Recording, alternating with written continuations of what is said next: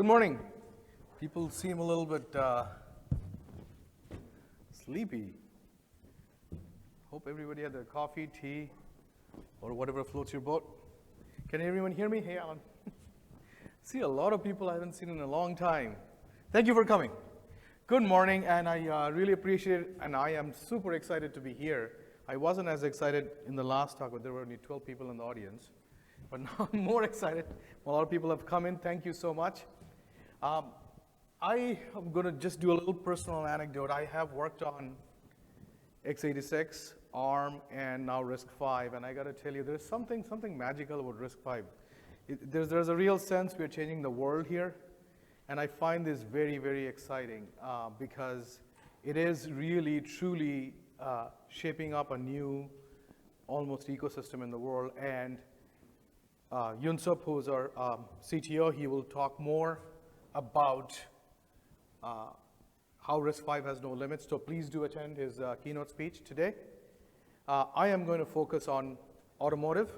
Specifically, I'm going to focus on the fact that there's an inflection point in automotive and how RISC-V can accelerate and help in that effort.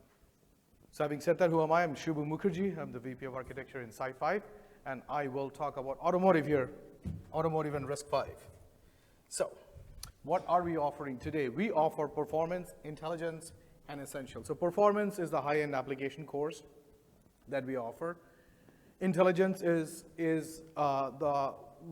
intelligence is high-end, but it also offers higher-end for AI and ML. So that's our other line. And the last one, essential, which serves embedded processing line as well. So these are the three that make up our portfolio. The one that I'm focusing on is performance. And in the performance line, particularly what I'm going to focus on is automotive. So what is the big deal about automotive is what we'll talk about here. So for those who are familiar with the domain architecture in automotive, there are 5 domains.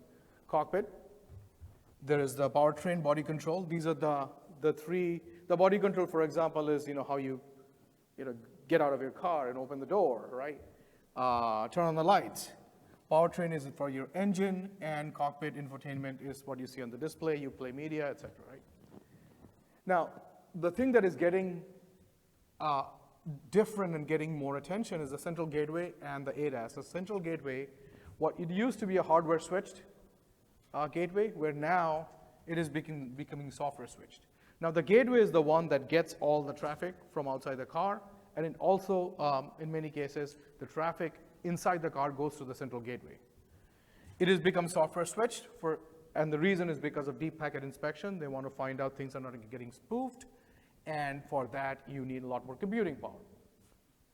Same thing happening with ADAS is that for people who are familiar with FSD, Tesla's the fully self-driving chip, it has a lot of cores in it, a lot of tops, and it is going up and up and up to help driver assistance and level 2, 3, 4 of automation, right? And today we're looking at multi-cores of the 16. It's probably going to go up in the future. But there is one more thing that's happening in automotive, which is also providing this inflection point, which is that the computation is now getting centralized. And the reason is because, one, Ethernet came into existence, so Ethernet is now becoming ubiquitous in the cars. That is allowing you to centralize the compute through providing the backbone network. And the second thing that's happening is there's way too many ECUs in the car. I mean, I counted once, there's like 700 chips in one of them. Just can't manage them. So they're getting centralized, but as you centralize it, the demand for compute goes up, but the demand for isolation also goes up, and we'll talk about the software isolation as well. So migration to the zone is allowing us to, or that is opening up a new frontier for RISC-V. So how are we going to attack that? And so the way we're going to attack that is, one, obviously the first pillar is the RAS, that we have to do a few sets known as ASIL-BD, the error notification architecture, error inquiry. That's a standard thing that you have to do. But there are two other things that are becoming more and more important are performance, highest single thread performance, and lots of these cores, and software isolation. So we'll talk about what we are offering in virtualization and SiFive WorldGuard. So what is our roadmap here today in terms of the RAS? That's what I'm going to talk about. If you look at what we're offering a bunch of these RISC-V cores connected through a multi-cluster NOC. And then there are a bunch of these cache slices that are hanging off. And also you can connect to other I/O devices through Plate, which is our I/O MMU.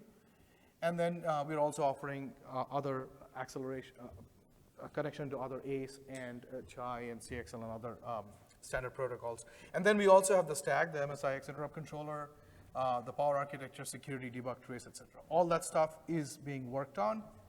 And so the question is, when we go to automotive, we're going to offer the dual core lock stepping in the course. So that allows you for very low fit rates. The interconnects will have error correction, all of them. And then as you're going into the different other logic areas in terms of caches and stuff, they'll have ECC and also have logic protection. So that's sort of a recipe of what we are planning to provide. Just going a little bit more into details in terms of the DCLS. So dual core lock stepping, it's not rocket science. I think people have done this numerous times. You have a primary and a shadow core, and you do what is known as output comparison of the data coming out, and then anything that is going out, you do an input comparison, and if there's a mismatch, obviously you flag an error. And then the shared cluster cache is obviously protected with other mechanisms. Something that I referred to earlier as a sphere of replication, in which you allow the primary and shadow core to reside.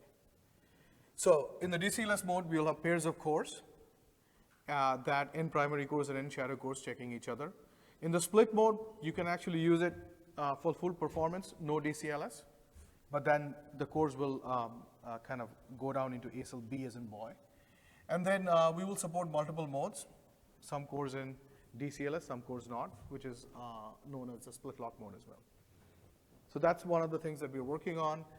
Advanced RAS architecture, that is absolutely critical. The basic one is the error detection, correction, error checking that you have to enable, disable, error notification, not only to your cores, but they also have to go outside to the error control unit, because the SoC error control unit is going to assemble the errors from not only the cores for other IPs in the SoC itself. You got to provide error logging because you have to go back and find out what happened. You have to do error injection so that you can test it in the field, as well as during your validation process. But that's not where we're going to stop. The vision that we have going forward is that we will have error forwarding options, poisoning and things like that, the advanced error recovery options so that you can decide where is the error containment, and you only have to, let's say you have to kill a process or kill a virtual machine, you decide, you know where it's contained and you can only kill portions of it. Advanced notification options beyond that, and then functional safety, which is very critical for the automotive industry. So we are investing in all of them. But that, as I mentioned before, that's RAS is just part of the story. Then the next part of the story is going to be performance. So we are providing a high performance out of order core that came out this year, P550. We've already announced it. Depending on how you look at it, it's a 13 stage. If you look at the load store pipeline, the integer pipeline is shorter. It's triple issue out of order. It's one of the highest performing cores today available for RISC-V, and it does maintain its class lead. The spec-in is 8.7. Spec-in 2006 is a standard benchmark people use per gigahertz, and it can run at 2.4 gigahertz in 7 nanometers, although feedback we're getting from our customers is that they're able to run it actually faster than 2.4. The area is 0.38 square millimeter, which is really small. So what that says is that the performance per square millimeter is really good in this processor core. You can put 4 of them together in a cluster, and then in the future, and we'll talk about this, you'll be able to actually put more. It has the 64-bit ISA with double precision FPU and bit manipulation instructions that the RISC-V community has been working on. And usually it has the usual private L1 and L2s, and the sophisticated debug and trace capabilities. And we also offer the hardware crypto as well as the security enhancements. So overall, we're very proud of this architecture that has come out. You can buy this today. It is available, and it came out middle of this year. But of course, we don't stop there. The next one is P650, which is coming out next year. Architectural preview in Q1, and middle of next year, you'll have the P650. And Yunsup is going to talk more about this in detail. I'm just going to give you a preview because this is part of also our automotive high performance story. So as we mentioned, it is absolutely critical to have the highest performing, as much of the highest performance as you can, and we're targeting that. This one provides a 50% boost over P550 as a combination of frequency and IPC. And the other thing we know in automotive is that many of the applications are highly parallel. So having, once we, with the single thread performance being high and combine that with 16 cores, which we're offering in 4 clusters of 4 cores each, then what you end up getting is a 16-core multi-core architecture that you can run many of your particularly in the ADAS. In the ADAS side, you can run many of your applications there, as well as if you look at the central gateway and stuff, the deep backend inspection capability software can be run highly parallel on these cores. So now, again, like the previous core, it has 64-bit ISA, double precision FPU and bit panel precision instructions. It's a coherent multi-core cluster, as I mentioned before. It has all the other bells and whistles like sophisticated trace and debug capabilities, as well as advanced security. And overall, I want to mention it has the 50% higher performance, and it will be available next year. I was intimately involved with the design of this particular one. The one thing I also want to point out here is that P550, the way we are actually getting this performance is P550, which is available today, is a 3-issue machine. When you go into the P650, it's a 4-issue, quad-issue, out-of-order core. So we believe that we are able to deliver quite a high level of performance that automotive can use, along with all the dual-core. Going forward, we're going to offer the dual-core lockstep combined in our processor cores as well. So having said that, that's not the only thing, right? The next thing we have to support is software isolation. Now, why is this software isolation important? Let's go back and revisit what we initially looked at. When you're going into a zonal compute, which is a central compute, you're running lots of different pieces of software now on the same set of compute cores. So that's one issue and for that, software obviously has bugs and issues, so you want a software isolation there. So if something goes down, you don't take down the entire system, right? The other reason that is very important for having the software isolation is cybersecurity, and there are actually automotive security standards coming up, and you do want to make sure that certain, like for example, let's say you're doing over-the-air updates, right? You do not, and as the over-the-air updates happen, you do not want to, crash your entire SoC if something goes wrong in one part of the update, right? So that's why it is absolutely essential that you have the software isolation. Now, how are we going to do it? There are 2 mechanisms we're going to offer. One is, and RISC-V has done a wonderful job. We have the hypervisor specification. It is coming out. It is already coming out in P550 soon, and then in the offering, and then it's going to come out obviously in P650 next year. So in the core, what we have, and I think it's actually done in a very beautiful way because the Type 2 hypervisors are going to be easier to map into this virtualized core. So you have a machine mode, as many of you are familiar with, which is the highest privilege mode. On top of it, we introduced the hypervisor-enabled supervisor, right? And then from that you can fork into 2 parts. You can directly run user on top of it, or you can go into the virtualized supervisor stack, right? So if you go into the virtualized supervisor stack, there's a virtualized supervisor, and on top of it, there's a virtualized user that you can run. So once you set up this level of privileges, what you do get is this very nice hypervisor hardware on the core that you can run. So that provides you with the software isolations. You can run virtual machines on these virtualized supervisor mode. So that's the core story. But it doesn't end there, right? In order to really virtualize the entire, at least the core complex part of the SoC, you have to be able to provide an advanced interrupt controller that is also virtualized, which is interrupt virtualization. Now, how do we do that? And this is one thing I actually really like. In my past, we were burdened by legacy, but now as you're going into RISC-V, we're learning from our experience and actually designing things more cleanly.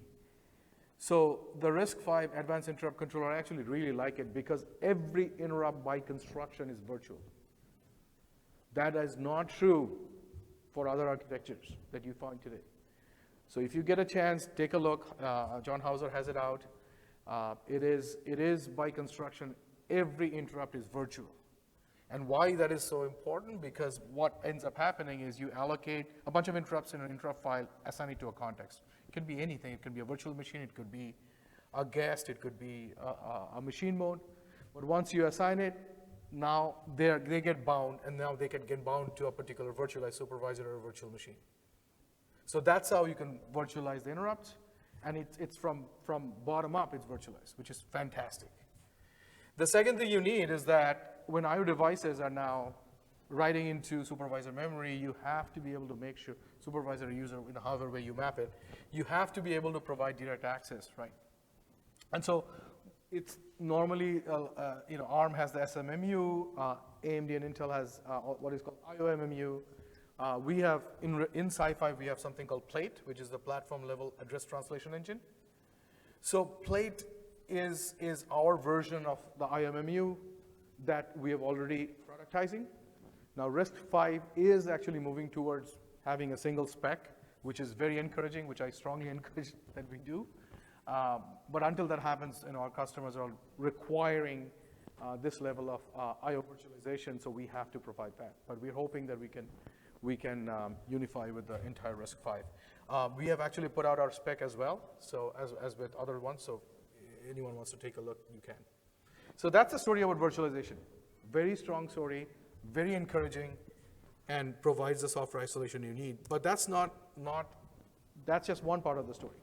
The other part of the story is that, and we have faced this quite often, is that if you look at a bunch of physical addresses, those physical addresses sometimes, for a variety of reasons that I'm not going into here, can open up to malicious code. So you really want to provide a hard isolation beyond what virtualization provides you. So at the lowest level of the machine, what we call is a bunch of physical region, or take a physical region, and you assign it what we call a world guard identifier. So you assign a world, or the other way around, you assign a region of physical memory to a particular world. So that's bound, and that's enforced by hardware. That's the basic abstraction.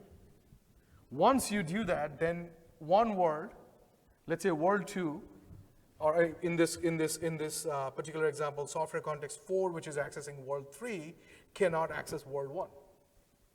That is a hard constraint, and that makes it very easy. Again, for example, when you're trying to upgrade some specific privileged software, this is the kind of division you want. Now, the power of this is also that the worlds don't have to be completely isolated. You can allow sharing of worlds as well, so that communication between worlds through physical regions or physical memory can happen, right? And that's another powerful concept that we offer. So SiFive WorldGuard, this is a SiFive specific thing. This is not a RISC-V level specification, but we are providing that going forward because it is becoming very critical given what our customers have been asking us. So combined, we provide 2 levels of isolation. So going forward, just to recap, you want to do RAS.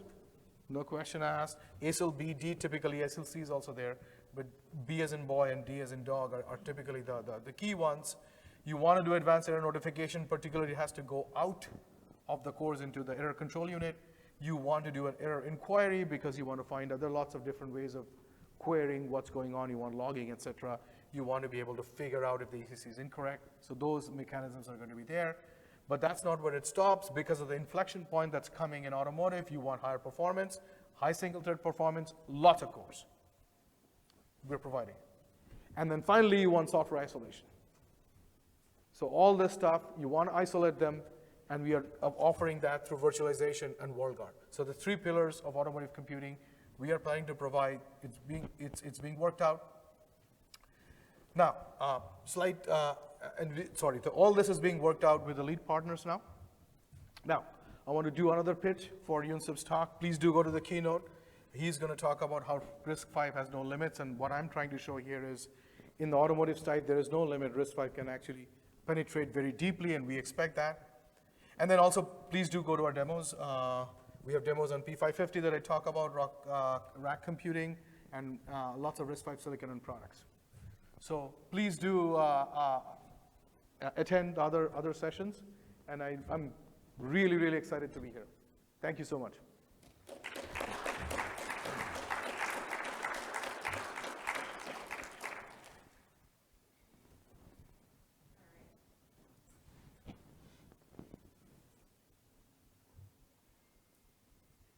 All right, we've got some questions in the online chat. So what's the overhead in your experience across various implementations and applications for visualization interrupts? I can read it again if you'd like. Okay, I'm not sure I understand the term visualization interrupt, but virtualize. Sorry. Okay. Actually, it turns out that, again, we are in the process of sorting up, implementing all that stuff and architecting it.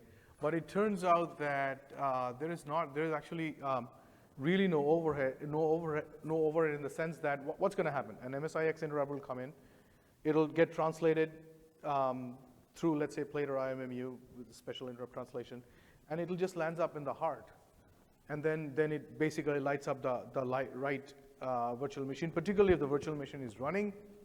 There is no issue at all. There is an issue where the virtual machine may not be running. So there is a separate thing called the memory resident interrupt file.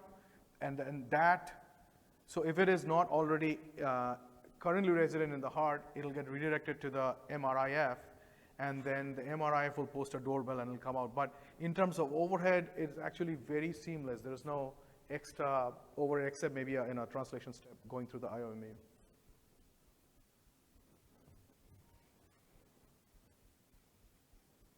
Question, what about security mechanisms against microarchitectural attacks? Yeah, so there are a lot of, so this is a pretty, let me repeat the question actually. So what are the security steps we are taking against microarchitectural attacks and P550, P650? It turns out that in these cores, there are already certain things like meltdown is not a problem, for example, because of the way we have architected it. There are different flavors of Spectre. We have actually putting in specific ways like a flushing and other stuff that we've already put in, and we are actively working on for our future processor cores, how do we protect against a variety of microarchitectural.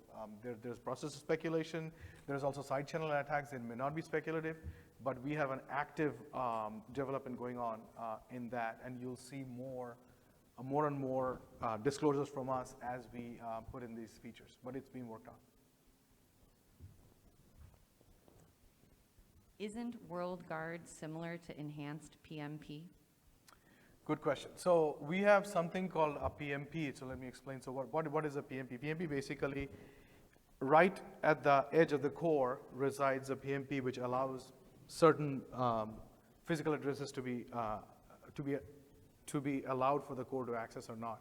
Now, WorldGuard is different in a couple of different ways. One is the PMPs that you get are only a few. If you have a more complicated physical map, the PMPs can't handle that. So that's one reason. The second reason is that the checks for the WorldGuard is at the slave, not at the edge of the core. And that has advantages of many different kinds, which I'm not going into here. So there are very fundamental differences. But yes, if PMP helps you, please go for it. If you have only a few things to check, PMPs work fine. But if it does not, then do use WorldGuard. The third reason the WorldGuard would be useful is because now if you have IO PMPs, which is being also worked on in the RISC-V, then that might help. But if you don't, then in the SoC level, the WorldGuard actually becomes very important to even partition the SoC itself. So there are three reasons for why you need WorldGuard. do you have a solution to enforce worst-case execution time for safety-critical processes? Okay, so this, okay, so let me make sure that I understand. So there are different kinds of safety criticality. So one area of the safety criticality, which I think the question refers to, is there a hard real-time guarantee? And what we have found so far in the computation automotive in central gateway and ADAS is that they don't have a hard real-time requirement. They have a soft real-time requirement, which obviously we do. But we're also working with a lead customer. So in specific areas where there are hard requirements, we will enforce it. But that's an evolving area that we are looking at.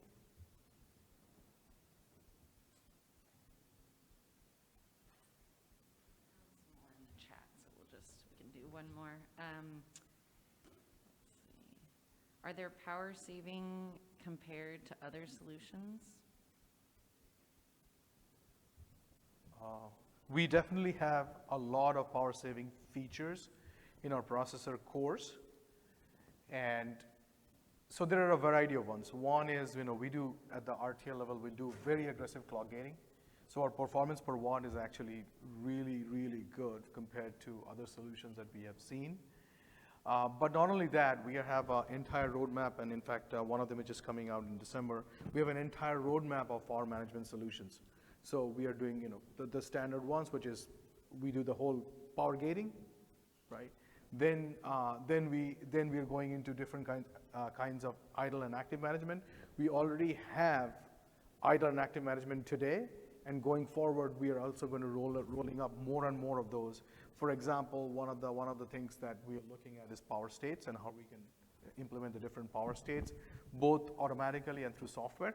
So yeah, so having said that, we have an entire roadmap of power management solutions. We already have a large part of it in P550, and then in December new drop, you're going to see the power gating coming out, and then going forward, you're going to see more and more power management features, both happening automatically in hardware and through software control. Thank you so much. Appreciate it.